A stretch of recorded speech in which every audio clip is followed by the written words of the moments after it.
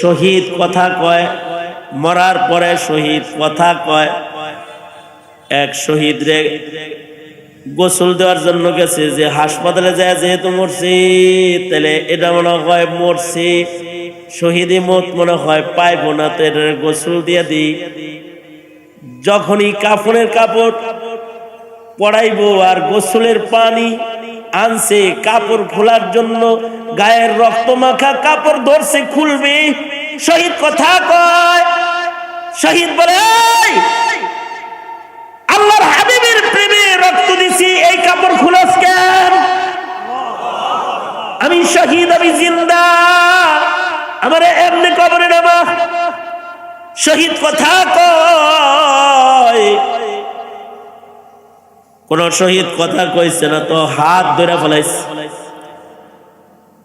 যুদ্ধের ময়দানে শাহাদাত বরণ করেছে।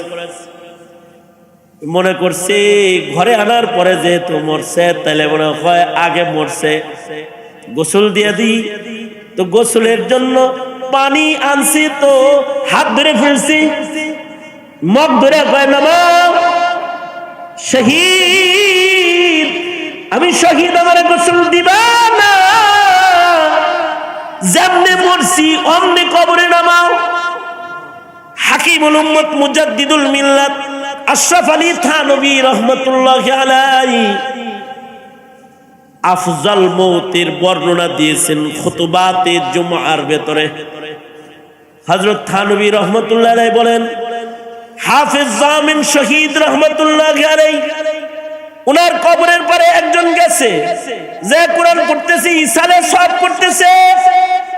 জামিন শহীদ কবর থেকে কথা কয়। জামিন শহীদ বলে, কে রে? কোরআন পড়ো, চুপ থাক। আমার কবরের সামনে জোরে জোরে কোরআন তোর পড়তে হবে না, আমি নিজেই এখন তেলাওয়াত করতেছি। জামিন শহীদ কবর থেকে বলতেছিলেন, এই কে? রুক যাও, থামো থামো, তিলাওয়াত আমার কবরে করতেছো কেন? যাও কিসি মুর্দার পর যাকে তিলাওয়াত করো, যাও কোন মুর্দার মাইয়েতের কবরে যা কোরআন পড়ো। হাফেজ জামিন শহীদ বলে, मैं हाफिज हूँ, मैं शहीद हूँ, मैं जिंदा हूँ। কবর থেকে বলতেছে, আমি হাফিজ, আমি শহীদ, আমি কবরে জিন্দা, আমি এখনো আল্লাহর কালাম কবরে পড়বার লাগছি, কবরে তিলাওয়াত করতেছি। তাই তুমি আমার কবরে তিলাওয়াত না করে মুর্দারের কবরে তিলাওয়াত করো, মাইয়েতের কবরে তিলাওয়াত করো। আফজল মাইয়েত, আফজল মাইয়েত, শহীদি মত যদি নাও হয়, কমাস কম ওয়ালায়াতের মত যদি কারোর হয়, কেউ যদি ওলি হইয়া সালেহীন হইয়া কবরে যায়, তাইলে তাদের কবরের হালত ভালো হয়। সালেহীন হয়ে কেউ যদি মারা যায়, তাদের মত ভালো হয়। মরণ সম্পর্কে কারোর কোনো অবিশ্বাস নাই। নাস্তিক, মুরতাদ, বেঈমান, বিধর্মী, গায়রে মুসলিম অথবা ধর্মহীন, যাদের ধর্মই নাই, যারা ধর্ম মানে না, এরাও মানে যে মরণ আছে, পৃথিবীতে থাকা যাবে না। ইহা হাম সব মুসাফির হ্যায়, ওহি আখির ঠিকানা। ইহা হাম সব মুসাফির হ্যায়, ওহি আখির ঠিকানা।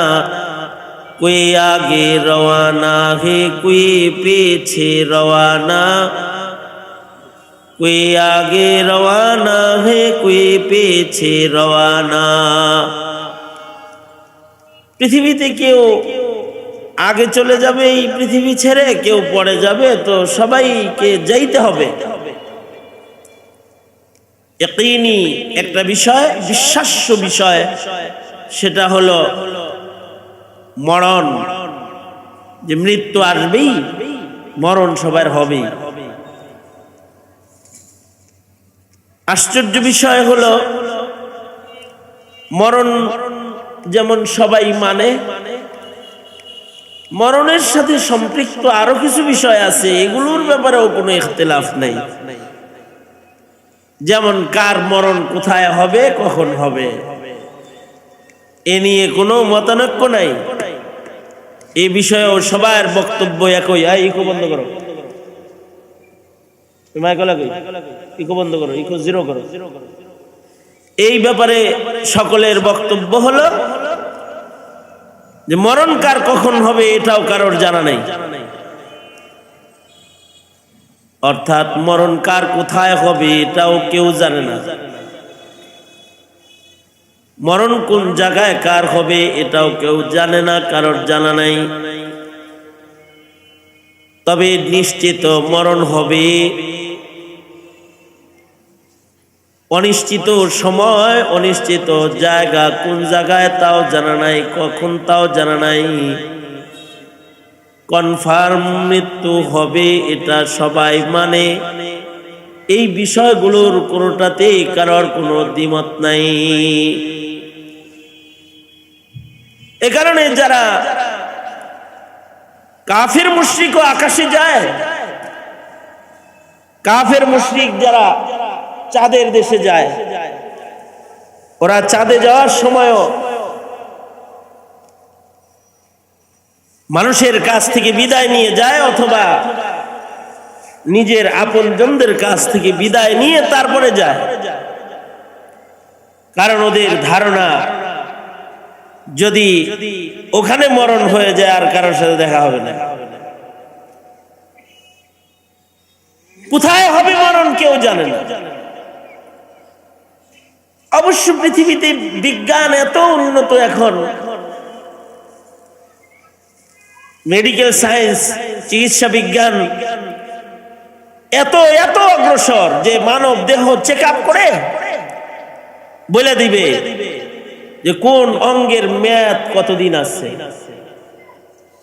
অর্থাৎ একটা মানুষ কত বছর বয়সে অন্ধ হবে এটা বলে দিবে।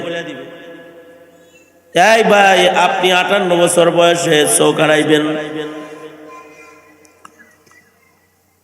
আপনার 55 বছর বয়সে অথবা 85 বছর বয়সে আপনার পরীক্ষা করে পাওয়া গেছে আপনার দাঁত একটাও থাকবে না। আপনার দাঁতগুলোর মেয়াদ হলো 80 বছর। আপনার কানের এই পর্দাটার মেয়াদ আছে এত বছর। এত পার্সেন্ট কিডনি ড্যামেজ হয়েছে, এত পার্সেন্ট আছে আর টিকবে না এত বছর। এই কিডনি দিয়া কাজ করবে এতদিন, অথবা আপনার দেহের অমুক অঙ্গটা এতদিন পর চলে যাবে, সব বলে দিবে। শুধু বলবে না, প্যাথোলজিক টেস্ট সহকারে রিপোর্ট দিয়ে দিবে, লিখিত দিয়ে দিবে। কিন্তু তাকেই যদি বলা হয় আমার অঙ্গগুলার শেষ কবে কখন হবে তা বললেন, আমি কবে শেষ হবে এটা বলে দেন, বলবে না ভাই এটা বলতে পারবো না। এমনও হইতে পারে সিঙ্গাপুর থেকে যাওয়ার পথে মরে যাবে। বিমান যদি আকাশ থেকে খালি নিচে পড়ে তাহলে আপনার কিচ্ছা এখানে মুখতাসার। কখন আপনার মরণ হবে এটা আমরা বলতে পারবো না।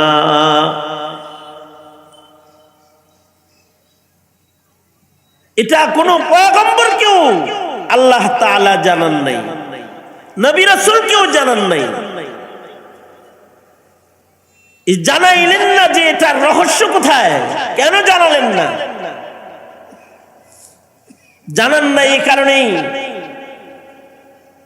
হায়াতের একটা সেকেন্ড যেন আমরা বরবাদ না করি। অর্থাৎ এই সময় এই সেকেন্ডটা আমার জীবনের শেষ সেকেন্ড হইতে পারে। এই ঈমানের উপরে আমাদেরকে আনছেন যাতে করে আমাদের জিন্দেগির একটা সেকেন্ড সময় বরবাদ না হয়। আমাদের জন্য দুনিয়ার মাটিতে যেন আমল করা সহজ হয়, হায়াত যেন কাজে লাগানোর ভয় ভীতি ভেতরে জন্মায়। কারণ এই দুনিয়ার কোনো কিছু সাথে যাবে না নেক আমল ছাড়া। কৃতকর্মেই মানুষের সঙ্গী। দুনিয়ার কোন সরো সামান একটা মানুষের সাথে কবরে যায় না। जाना होगा यहाँ से कुछ नहीं तेरा साथ होगा चंद गज कफन का टुकड़ा तेरा लिबास होगा चंद गज कफन का टुकड़ा तेरा लिबास होगा। যাবে এখান থেকে কয়েক টুকরা কাফন ছাড়া অন্য আর কিছু এই পৃথিবী থেকে সাথে যাবে না। তাহলে এই পৃথিবীর অবস্থানকালীন সময় ওই জিনিস অর্জন করতে হবে যে জিনিস মরণের পরের জগতে আমাদের কাজ লাগবে, কাজে দিবে। আল কাইয়িসু মান দানা নাফসাহু ওয়া আমিলা লিমা বাদাল মাউত। আল্লাহর রাসূল আরো বলেন দুনিয়া মাজরাতুল আখিরাহ, আখিরাতের কামাই রুজি যা করবে এটা মরার আগ পর্যন্তই টাইম, মরার পরে আর টাইম নাই। মরার পরেও কি মানুষ ইবাদত করে? করে। আল্লাহ যার মরণ ভালো করে তার কবরও ভালো করে। আল্লাহর পেয়ারা পেয়ারা বান্দাদেরকে আল্লাহ তাআলা মরার পরেও ইবাদতের মওকা দান করে। কিন্তু কোনো নেক নাই, সব নাই। যেহেতু বান্দা এই জিনিসে মজা পাইতো তো দিয়ে দিছে যে এইটাই মজা যেহেতু পাইতি বরজখেও এটাই করে, সুযোগ দিলাম। মানুষ যত ভালো হয় তার কবরের হালত তত ভালো হয়। মানুষের ভিতরে সবচেয়ে ভালো মানুষ নবীগণ। এ কারণে নবীগণের কবরের হালত সবচেয়ে বেশি ভালো। নবীরা কবরে জিন্দা, কুল্লু নবিয়্যিন ফি কবরিহি হাই। সব নবী তারা তাদের কবরে জিন্দা। এমনকি ইউসাল্লুনা ফি কবরিহিম, নবীরা কবরের ভেতরে নামাজও পড়তেছেন, নামাজও পড়েন। হাবিবে কিবরিয়া মুহাম্মদুর রাসূলুল্লাহ সাল্লাল্লাহু আলাইহি ওয়াসাল্লাম আল্লাহর নবী মেরাজে গেছেন। মেরাজ থেকে এসে বলেন মুসা নবীর কবরের পার দিয়ে যাইতেছিলাম, পয়গম্বর মুসাকে দেখছি কবরে নামাজ পড়তেছে। তার মানে মানুষ যত ভালো কবরের হালত তত ভালো। চার প্রকারের মানুষ আছে বেশি ভালো। যারা মুনআম আলাইহি, যারা পুরস্কার প্রাপ্ত বান্দা, এদের কবরের হালত ভালো। চার দল পুরস্কার প্রাপ্ত বান্দাদের এক নাম্বার গ্রুপ হলো নবীগণ, দ্বিতীয় নাম্বার সিদ্দিক। ومن يطع الله والرسول فأولئك مع الذين أنعم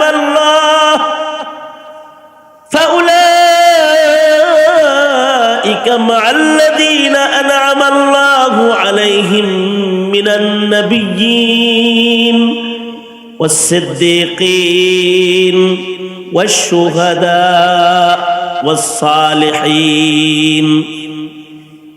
মুনআম আলাইহি, এই যে চার প্রকার মানুষ যারা আল্লাহর পুরস্কার প্রাপ্ত বান্দা, এদের কবরের হালত অনেক আলী, কবরের হালত ভালো।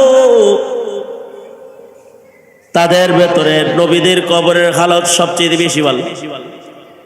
নবীরা কবরে জিন্দা, কবরে তারা ইবাদত করে, কিন্তু ওই ইবাদত কিন্তু আবার আমলনামায় উঠতো না। সিদ্দিকরা কবরে ইবাদত করে, যারা সিদ্দিক বান্দা হয় কবরে তারা ইবাদতকারী হয়, যেমন সাহাবায়ে কেরাম কবরে ইবাদতকারী। কবর ভাঙ্গা গেছে তো কোন সাহাবীর কবরের পারে কেউ দাঁড়ায় রয়েছে তো দেখে নামাজ পড়ে। আবার কোন সাহাবী ইন্তেকাল করেছে, দৃষ্টিতে কবরের মাটি সরে গেছে তো কবরের পার দিয়ে যাইতেছে তো দেখে যে কোরআন তেলাওয়াত করে, কবরের ভেতরে আল্লাহর কালাম পড়তেছে, সুস্পষ্ট কবর থেকে কোরআনের তেলাওয়াতের আওয়াজ বাইরে আসতেছে। শুধু কবরে বাইরে আসতেছে তা নয়, কবরের ওই ফাঁক দিয়ে দেখা যায় কবরের ভিতরে আলো আছে। কারণ আল কবরু রাউযাতুম মিন রিয়াজিল জান্নাহ আও হুফরাতুম মিন হুফারিন নার। মানুষ যদি ভালো হয় তাহলে কবর হলো রাউযাতুম মিন রিয়াজিল জান্নাহ, আর মানুষটা যদি খারাপ হয় তাহলে কবর হলো হুফরাতুম মিন হুফারিন নার। মানুষ ভালো তার কবর ভালো। মানুষটা নেক মানুষ, তার হায়াতের মূল্যবান সময় বরবাদকারী মানুষ না, ইবাদতকারী মানুষ। ইবাদত করতে করতে যার মৌতের লগে মুলাকাত হয়ে গেছে তার মৌত তো আফজাল মৌত, উত্তম মৌত। খাতেমা যার খায়ের হয়েছে, যার কবরও আফজাল কবর, উত্তম কবর। যার কবর ভালো তার হাসরও ভালো। এই কারণেই বলে শেষ ভালো যার সব ভালো, শেষ ভালো যার সব ভালো তার। কেউ যদি ইবাদত বন্দেগী করতে করতে তার জীবনের শেষ হয় তাহলে ইবাদতের হালতে মরণ হয় তো আশা করা যায় মরণ তার ভালো হয়। যার মরণ ভালো হয় তার কবরও ভালো হয়। নবীগণের মরণ ভালো, সিদ্দিকগণের মরণ ভালো। সিদ্দিকদেরকে তো আল্লাহ তাআলা মৃত্যুর সময় ডাক দেয়, আয় আয় আমার জান্নাতের ভিতরে আয়, দুনিয়ায় নাপাক জায়গায় থাকবি কেন। যেমন আবু বকর সিদ্দিক রাদিয়াল্লাহু আনহু, সিদ্দিক আকবর যেদিন ইন্তেকাল করতেছেন, হযরত আবু বকরের সামনের থেকে তিলাওয়াতের আওয়াজ আসতেছে, অদৃশ্যের থেকে আওয়াজ আসতেছে, ইয়া আইয়াতুহান নাফসুল মুতমাইন্নাহ ইরজিই ইলা রাব্বিকি রাদিয়াতাম মারদিয়াহ ফাদখুলি ফি ইবাদি ওয়াদখুলি জান্নাতি। ডাকা হইতেছে, আসো আসো জান্নাতের ভিতরে আহো, আর কত দূরে থাকবা, আসো আসো মরণ দরজা দিয়া বান্দার দলে ঢুকে যাও। মুনতাখাবিন বান্দাদের ভিতরে ঢুকে যাও। আল্লাহর পক্ষ থেকে মরণের সময় ডাকাডাকি হইতেছে। মানুষ ভালো তার মরণ ভালো, মানুষ ভালো তো কবর ভালো। মানুষ যদি ভালো হয় তো কবর তার সাথে খাতিরার আচরণ করে। কেউ যদি ইবাদত করতে করতে মরণের কাছে পৌঁছে যায় তাহলে মরণ ভালো। মরণ ভালো তো এবার যখন তার লাশ সাজায়া কবরের পারে নেওয়া হয়, কবরের মাটি তখন তারে ডাক দিয়ে কয়, এ আল্লাহর বান্দা, ইয়া আবদুল্লাহ, এ আল্লাহর বান্দা, লা তাহজান, চিন্তা করিস না, যতদিন আমার উপরে ছিলি আমার পরে জুলুম করস নাই, আজকে আমার পেটের ভিতরে আইতেছস, তোর উপরে কেউ জুলুম করবে না। তুই আমার পিঠের উপরে ছিলি, আমার পরে দাঁড়ায় গুনাহ করস নাই। আমার পিঠে ছিলি, আমার পরে রহম করেছ, আমার পিঠের পরে ছিলা, আমার পরে জুলুম করো নাই। আজকে আমার পেটের ভিতরে আইতেছো, আমি পাহারাদার, কেউ তোমার উপরে জুলুম করবে না। কবর যাদের এমন ডাক দেয় তাদের কবরটা তো জান্নাতের বাগান হবে। কেউ কেউ কবরে যাওয়ার পরে আল্লাহ কয়, আমার বান্দাটা কবরে আইছে, তার একটু আরামে ঘুম পাড়ার সুযোগ দাও, জান্নাত থেকে খিড়কি খুলে দাও। ফেরেশতারা জান্নাতের জানালা খুলে দেয় কবর বরাবর, জান্নাতি বাতাস কবরের ভেতরে প্রবাহিত হয়।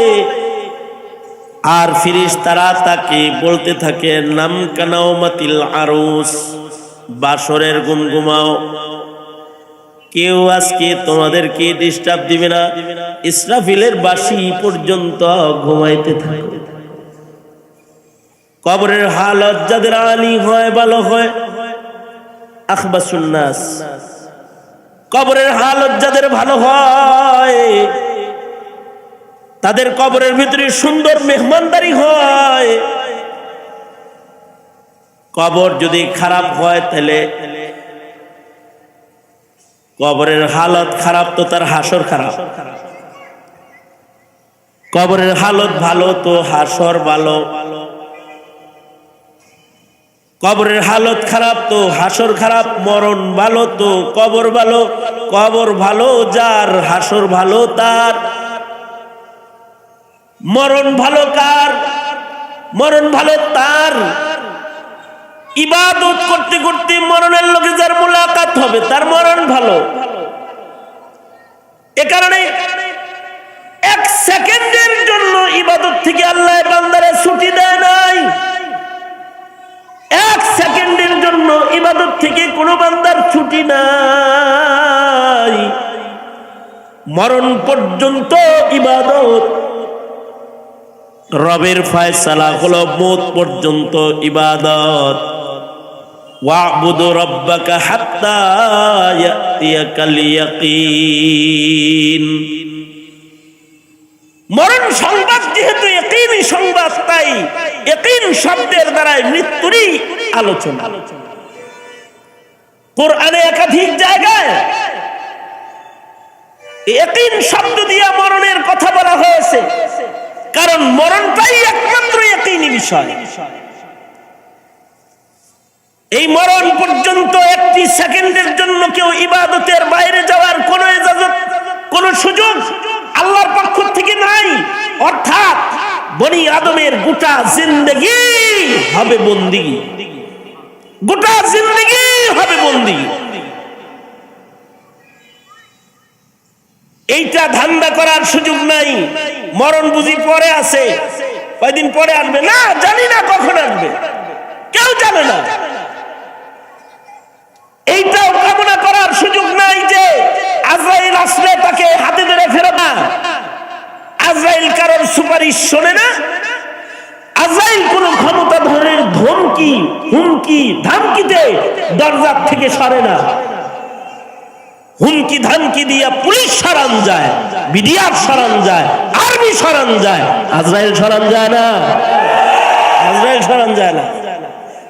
আজরাইল যার ঘরের দুয়ারে চলে যায় সে আর কোনো কিছুতে আর মানে না, সময় মতো রূপ ধরে টান দেয়। ইদা জাআ আজালুহুম, ইদা জাআ আজালুহুম লা ইস্তাখিরুনা সাআতাও ওয়া লা ইস্তাকদিমুন। মরণ যার যখন আসবে এক সেকেন্ড পরেও আসবে না, এক সেকেন্ড আগেও আসবে না। সময় মতো মরণ হাজির হয়ে যাবে, দেরি করবে না। কারোর কাছে যে আজরাইল দেরি করে নাই, সময় ক্ষেপণ করে নাই।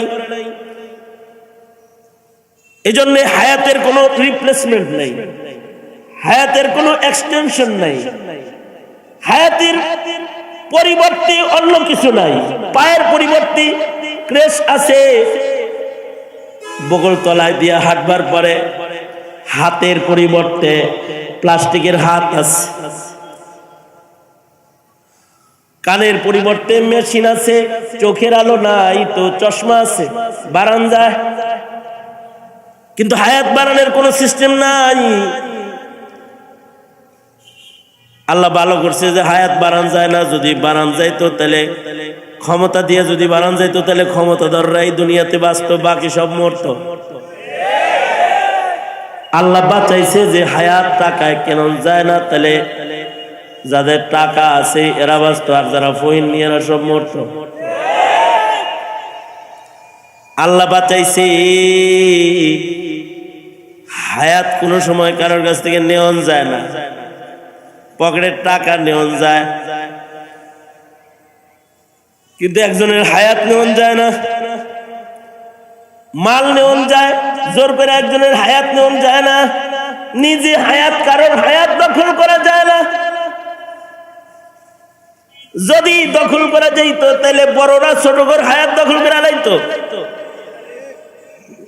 বাপে ছেলের হায়াত দখল করে ফেলতো, মা সন্তানের হায়াত দখল করে ফেলতো। বাঁচাইছে আল্লাহ, হায়াত কেনা যায় না। যদি কেনা যাইতো তাহলে বাবা মায় নিজের হায়াত বাড়ায় নিজেরাই হায়াত লইয়া বাচ্চা থাকতো। জাগা জমি যা আছে বেচ্চা সব হায়াত বাড়ানোর বড়ি খাইতো। আর তুমি আমি জন্মায়া সব হইতাম জিরো পজিশন, না বাড়ি পাইতা, না সামান পাইতা, না ওয়ারিশ পাইতা, কিচ্ছু পাইতা না। সব হায়াত নিজেরাই বাড়ায় নিত।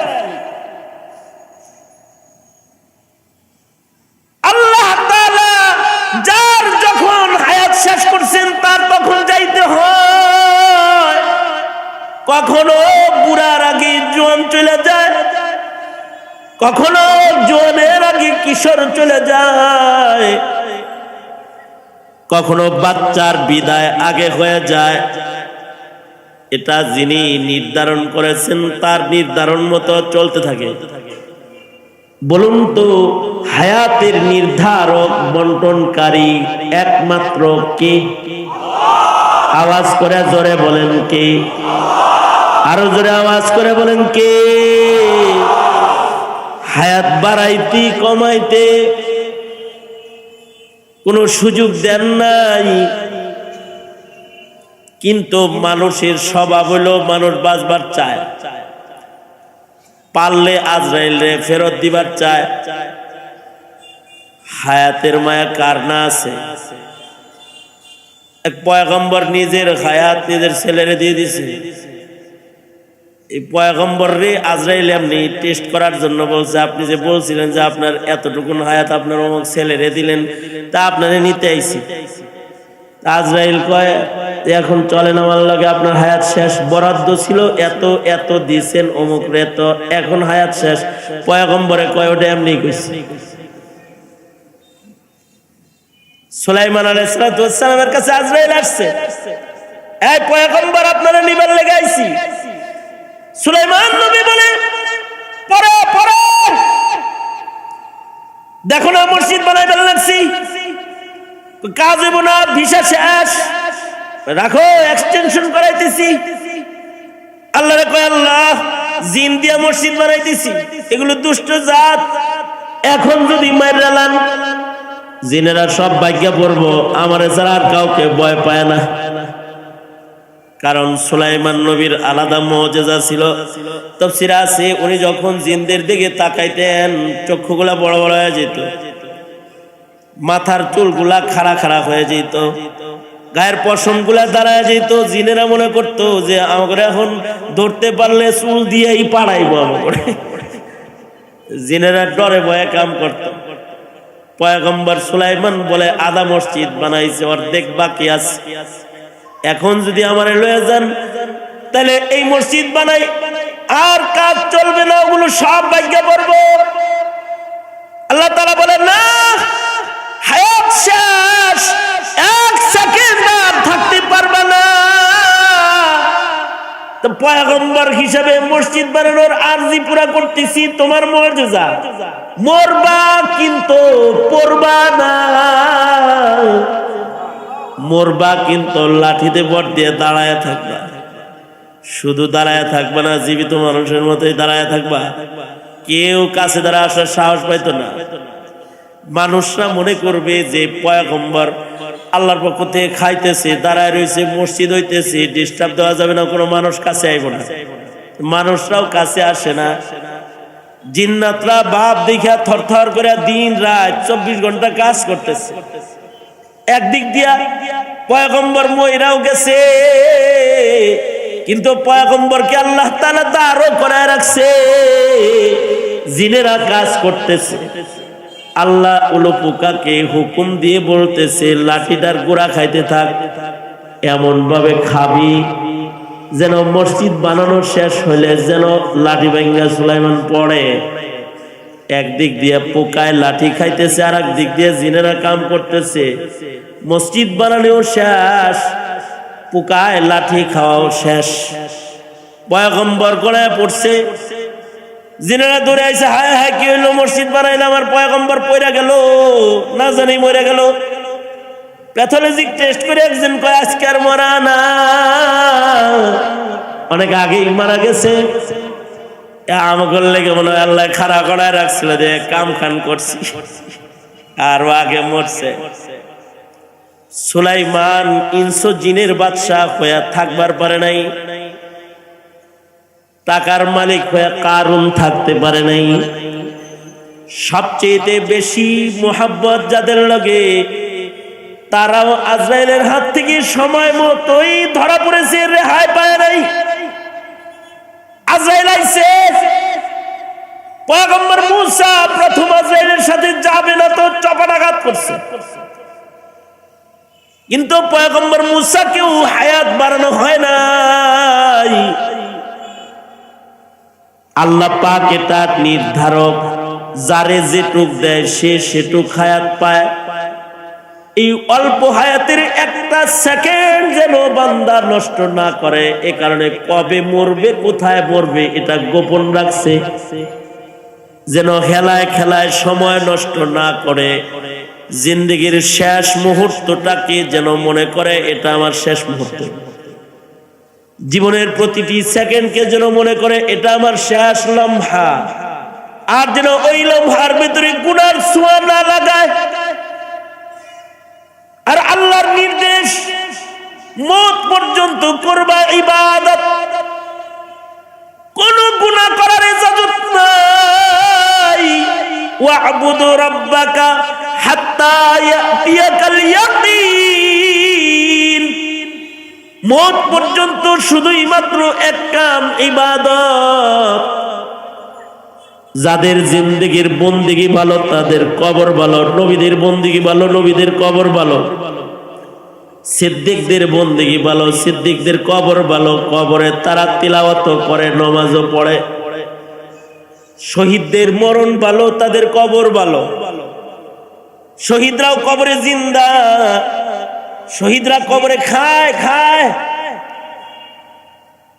বাল আহইয়াউন ইনদা রাব্বিহিম ইউরযাকুন,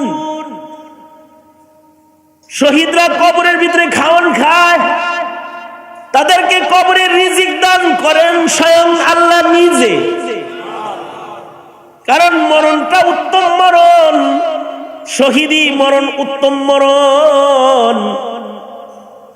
এ কারণে ভালো জায়গায় মরণ চাইতে হয়, ভালো সময়ে মরণ চাইতে হয়, ভালো মরণ চাইতে হয়।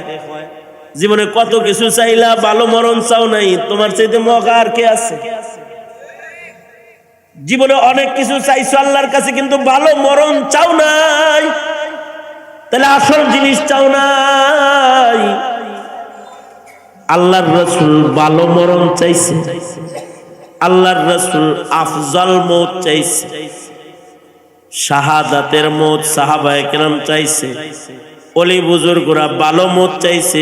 আল্লাহুম্মা রযুকনি শাহাদাতান ফি সাবিলিক, আল্লাহ আপনি আমাকে শাহাদাতের মওত দান করেন। আল্লাহ আপনি আমাকে ভালো সময়ে মরণ দান করেন, যে সময়ে মরলে জান্নাত। তার মানে জুমার দিনে মওত দান করেন, জুমার রাত্রে মওত দান করেন, রমজান মাসে মওত দান করেন, ভালো সময়ে মওত দান করেন, ভালো স্থানে মওত দান করেন, যে জায়গায় মরলে কবর আযাব মাফ হয়ে যায়।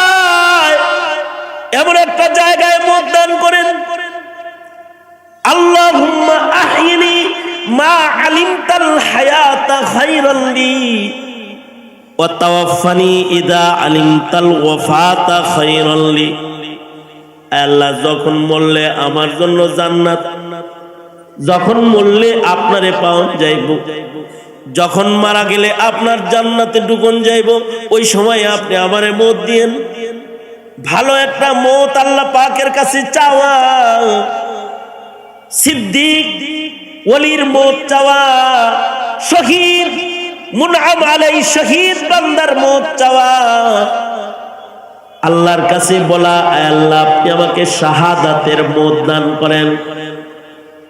কারণ শহীদি মরণ যাদের হয় তাদের কবরও ভালো হয়, তারাও কবরের ভেতরে জিন্দা রয়, তারা কবরের ভেতরে আল্লাহর রিজিক খায়। শহীদদের ভালো হালাত দেখার জন্য হাদিসের কিতাব ওই পর্যন্ত ১৫০০ বছর আগে যাইতে হইব না। শহীদদের ভালো হালাত সম্প্রতি কালের ইতিহাসেও পাওয়া যায়। এ শহীদ কথা কয়, মরার পরে শহীদ কথা কয়।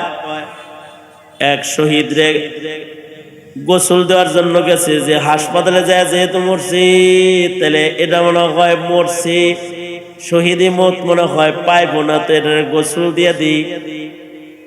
যখনই কাফনের কাপড় পড়াইবো আর গোসলের পানি আনছে কাপড় খোলার জন্য, গায়ের রক্ত মাখা কাপড় ধরছে খুলবে, শহীদ কথা কয়।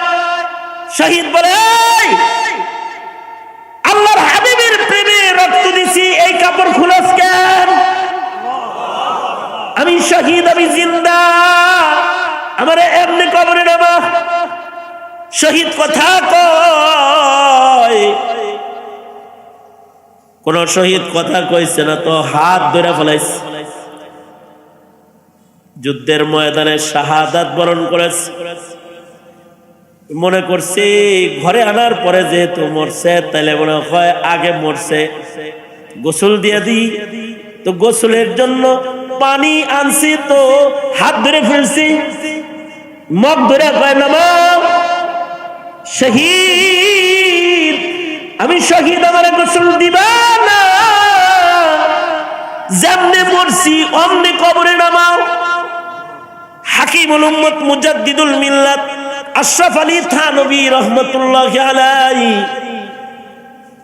আফজাল মওতের বর্ণনা দিয়েছেন খুতবাতে জুমআর ভেতরে। হযরত থানভী রহমাতুল্লাহি আলাইহি বলেন, হাফেজ জামিন শহীদ রহমাতুল্লাহি আলাইহি উনার কবরের পরে একজন গেছে, যে কোরআন পড়তেছে, ইসালে সব পড়তেছে। জামিন শহীদ কবর থেকে কথা কয়। জামিন শহীদ বলে, কে রে? কোরআন পড়ো, চুপ থাক। আমার কবরের সামনে জোরে জোরে কোরআন তোর পড়তে হবে না, আমি নিজেই এখন তেলাওয়াত করতেছি। জামিন শহীদ কবর থেকে বলতেছিলেন, এই কে? রুক যাও, থামো থামো, তিলাওয়াত আমার কবরে করতেছো কেন? যাও কিসি মুর্দার পর যাকে তিলাওয়াত করো, যাও কোন মুর্দার মাইয়েতের কবরে যা কোরআন পড়ো। হাফেজ জামিন শহীদ বলে, मैं हाफिज हूँ, मैं शहीद हूँ, मैं जिंदा हूँ।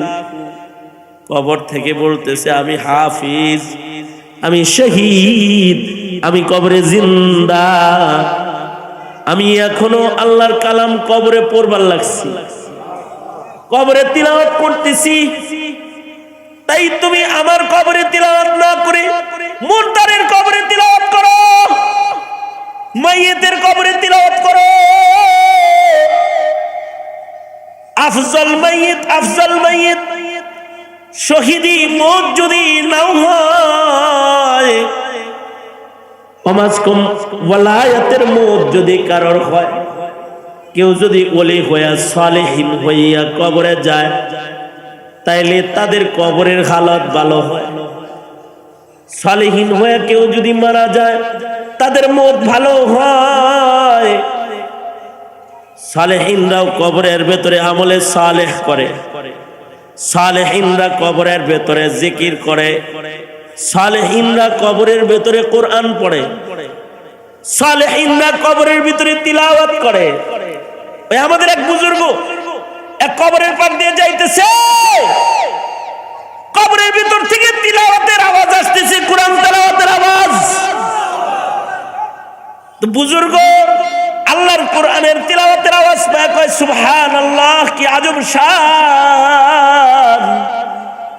কবরের ভেতরে তুমি কোরআন পড়ো, তোমার কত আজব শান।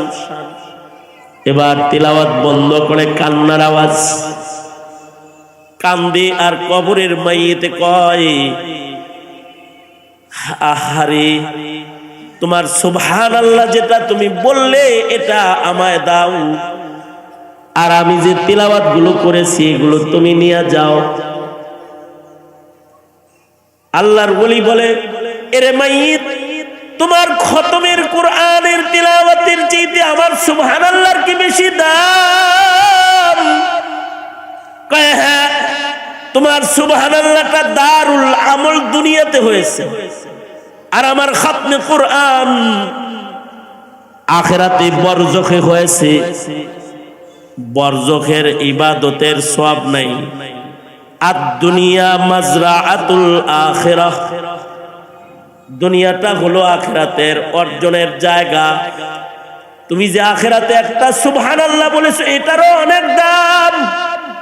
তোমার এক সুবহানাল্লাহ অনেক নেক আছে। আমার কবরে কোরআন তেলাওয়াতে কোনো নেক নাই, কারণ নেক লেখার ফেরেশতার ছুটি হয়ে যায় যখন মানুষের রূহ বের হয়ে যায়।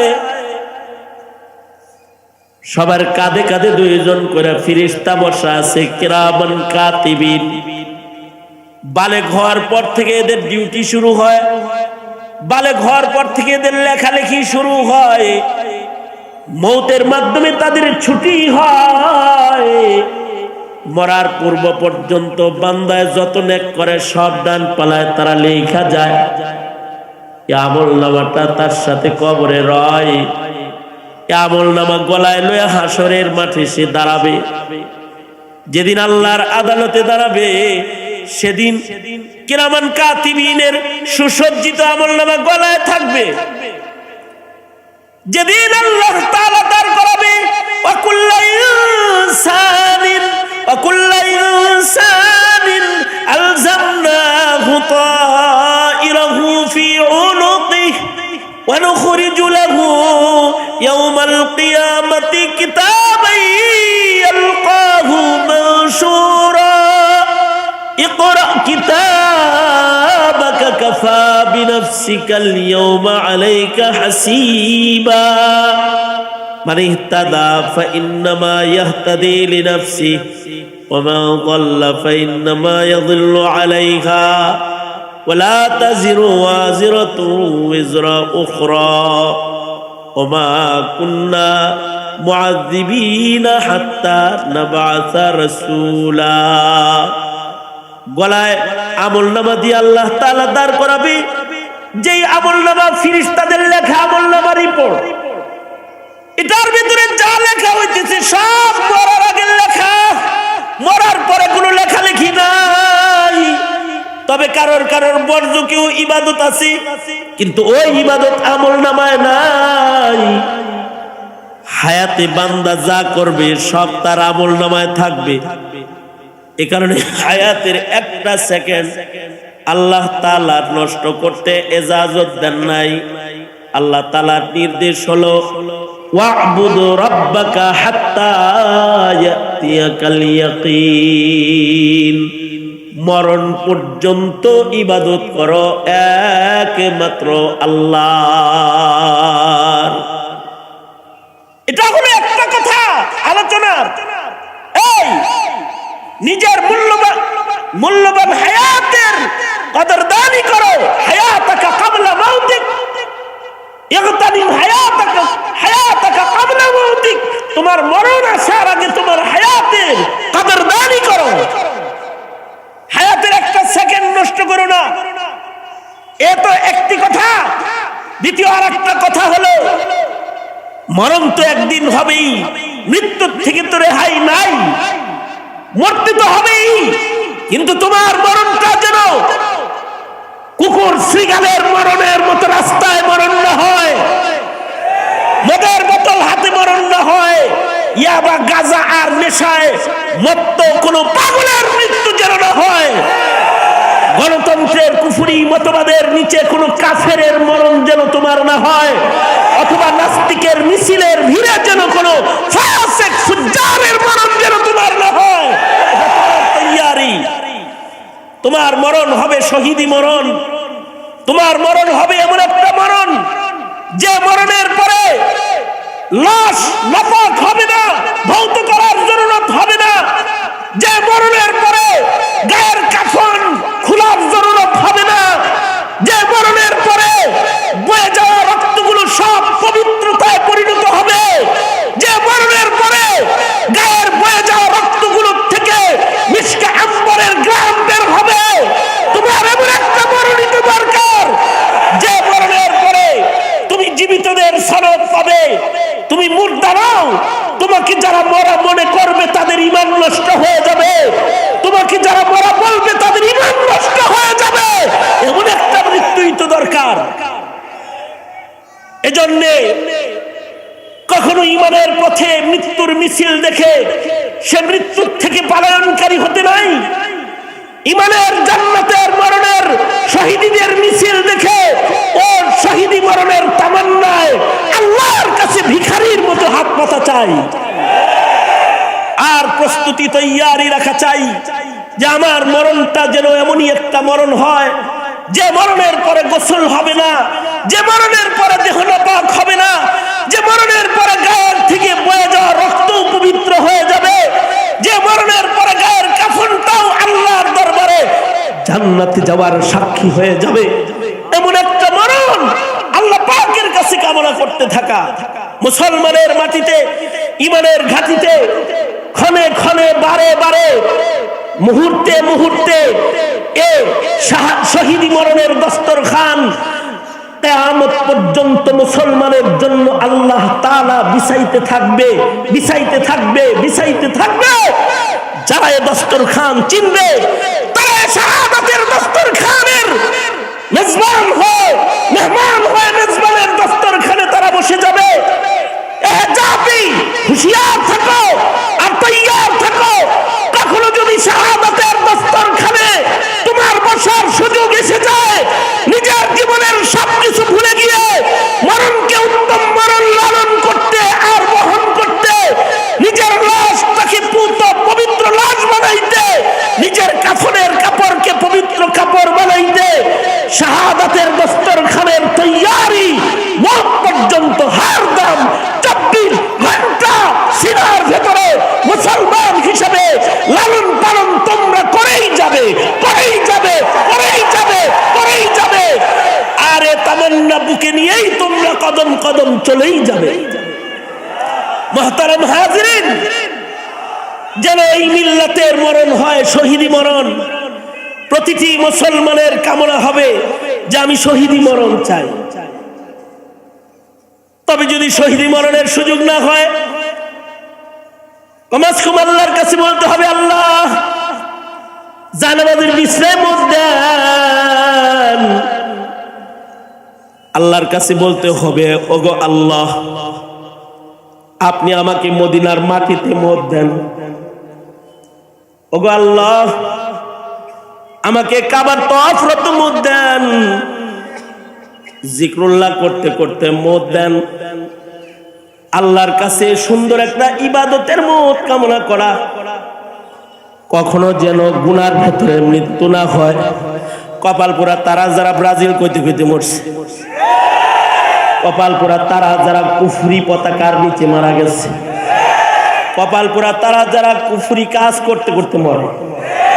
এ কারণে হায়াতে একটা গুরুত্বপূর্ণ বিষয়। মরণ কখন হবে জানা নাই, কোন সময় মরণ আসবে তাও জানি না। তবে আমাদের মরণ যেন শহীদি মরণ হয়, এই কামনা সব সময় লালন করা। মৃত্যুটা যেন ভালো হয়, মৃত্যুটা যেন ইবাদতের ভেতরে হয়, মৃত্যুটা যেন আফজল মৃত্যু হয়, এটা সব সময় স্মরণে রাখার মাধ্যমে এই গুনাহের জঞ্জাটে ভিড়ে ইমানের হিফাজত করা আমাদের জন্য সহজ হবে। এটাই নবীর নসিহত।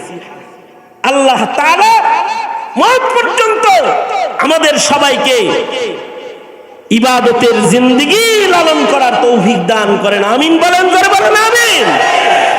এবং আমাদেরকে আল্লাহ তাআলা আফজল মৃত্যু এর রিজিক দান করেন, উত্তম মরণ আমাদেরকে নসিব করেন। এ তামান্না রেখেই আমি আমার সংক্ষিপ্ত কথা এখানেই শেষ করব।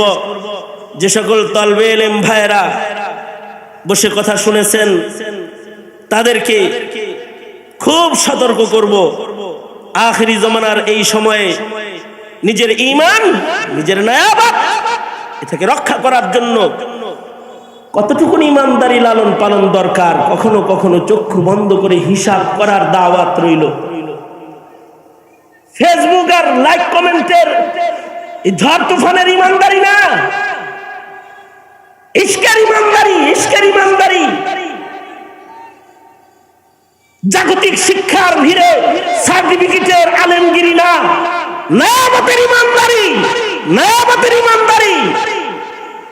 যে ইমানদারির মাধ্যমে আকাবিরদের মাসলাক হিফাজত হবে, সেই ইমানদারি লালন পালন করার দাওয়াত আমার তালিবানে ইলমে নবুওয়াতকে জানাই। বাহির থেকে যে সকল যুব সমাজ এসেছো তাদেরকে বলবো, যৌবনের হেফাজত করো, নিজের জিন্দগির অমূল্য ধন এই যৌবনকে কোনো ব্যক্তি কারণ স্বার্থে কুরবানি দিয়ে নিজেকে দোজখের আগুনের দিকে ঠেলে দিও না, নিজেকে বাঁচাও। আল্লাহ তাআলা এই মিল্লাতকে সহি বুঝ দান করুন, এ কামনা রেখেই আমার কথায় কেউ কষ্ট পেয়ে থাকলে এই শক্ত কথার জন্য অথবা কোনো কথা যদি আঘাত পেয়ে থাকেন সে কথার জন্য ক্ষমা প্রার্থী হয়ে সকলকে মৃত্যুর দিকে খেয়াল করার দাওয়াত জানিয়ে, মওত খুব নিকটে এটা স্মরণ করার দাওয়াত জানিয়ে, হায়াতের প্রতিটি সেকেন্ডের সেকেন্ডের মূল্যায়ন নিজের ভেতরে আগে প্রতিষ্ঠা করার দাওয়াত জানিয়ে আমি আমার সংক্ষিপ্ত কথা এখানেই শেষ করছি। जो कुछ हुआ या रब तेरे करम से हुआ, जो कुछ होगा तेरे करम से ही होगा। আল্লাহ তাআলা তৌফিক দিলেই আল্লাহ পাকের কথার উপরে, আল্লাহ পাকের ফয়সালার উপরে আমল করা আমাদের জন্য সম্ভব হবে। আল্লাহর কাছে মদদ চেয়ে আমি আমার কথা এখানে শেষ করছি। ওয়া আখিরু দাওয়ানা আলহামদুলিল্লাহি রাব্বিল আলামিন।